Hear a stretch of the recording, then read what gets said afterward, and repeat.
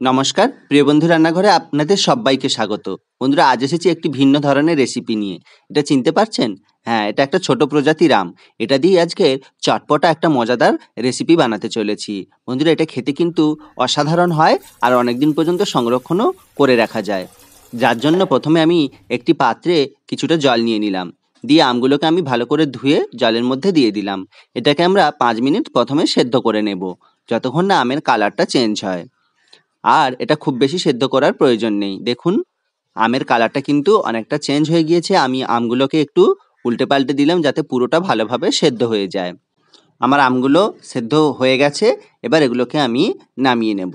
নামিয়ে বেশ কিছুক্ষণ ঠান্ডা হতে দেব। দেখুন, আমার ঠান্ডা হয়ে গিয়েছে। এবার আমি আমের খোসাগুলোকে ছুলে নেব। বন্ধুরা, এই কাজটা কিন্তু সময় নিয়ে করতে হবে। তাড়াহুড়ো করে আমের খোসাটা ছাড়ালে ভেতরের শাঁসটা কিন্তু ছালের সঙ্গেই উঠে আসবে।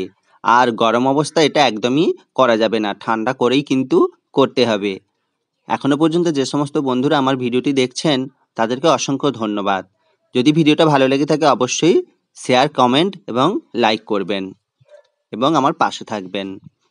এইভাবে আমি ধীরে ধীরে সমস্ত আমগুলোকে ছাড়িয়ে নিয়েছি। দেখুন, আমার আমগুলো সব কিন্তু ছাড়ানো হয়ে গেছে। দেখতে কতটা সুন্দর লাগছে, একদম লোভনীয়। এটাকে শুধু শুধুই কিন্তু লবণ দিয়ে খাওয়া যেতে পারে, তবে এটা আমি একটা স্পেশাল রেসিপি করছি, যার জন্য বেশি দিন আপনারা সংরক্ষণ করে রাখতে পারবেন। এর জন্য প্রথমে কড়াইতে দিয়ে দিলাম অল্প সামান্য কিছুটা জল। জলটা গরম হতেই দিয়ে দিলাম 1 বাটি চিনি। এখানে আপনারা কিন্তু গুড়ের গুঁড়োও ব্যবহার করতে পারেন। আর মিষ্টিটা যে যার স্বাদ অনুযায়ী নিতে পারেন। যেহেতু আমি এটা মোরব্বা মতো করে করছি, তাই মিষ্টিটা একটু বেশিই নিয়েছি। আর খুব বেশি জলের প্রয়োজন নেই, আর এটা খুব তাড়াতাড়িও হয়ে যায়। আমার কিন্তু চিনির রসটা ভালোভাবে ফুটে গিয়েছে। আমি দিয়ে দিয়েছি ক্রাশ করা মৌরি। দিয়ে ছাড়ানো আমগুলো ওর মধ্যে আমি দিয়ে দিলাম। দিয়ে ভালো করে এটাকে একটু মিশিয়ে নেব। এটা কিন্তু ধীরে ধীরেই মেশাতে হবে, নাহলে যেহেতু সেদ্ধ আম ঘেঁটে যেতে পারে। এভাবে আস্তে আস্তে নেড়ে চেড়ে আমি এটাকে আরও কিছুক্ষণ ফুটতে দিলাম।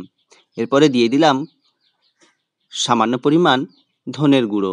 এই ধনের গুঁড়োটা দিলে এই রেসিপিটার গন্ধটা কিন্তু অপূর্ব হয়। এবার এর মধ্যে দিয়ে দিলাম কালারের জন্য সামান্য পরিমাণ হলুদের গুঁড়ো এবং ঝালের জন্য সামান্য পরিমাণ লঙ্কার গুঁড়ো। আপনারা চাইলে এটা কিন্তু স্কিপ করতে পারেন। দিয়ে এটাকে আরও 5 মিনিট ভালো করে ফুটিয়ে রসটাকে একদম গাঢ় করে নিচ্ছি। দেখুন বন্ধুরা, কতটা লোভনীয় হয়েছে।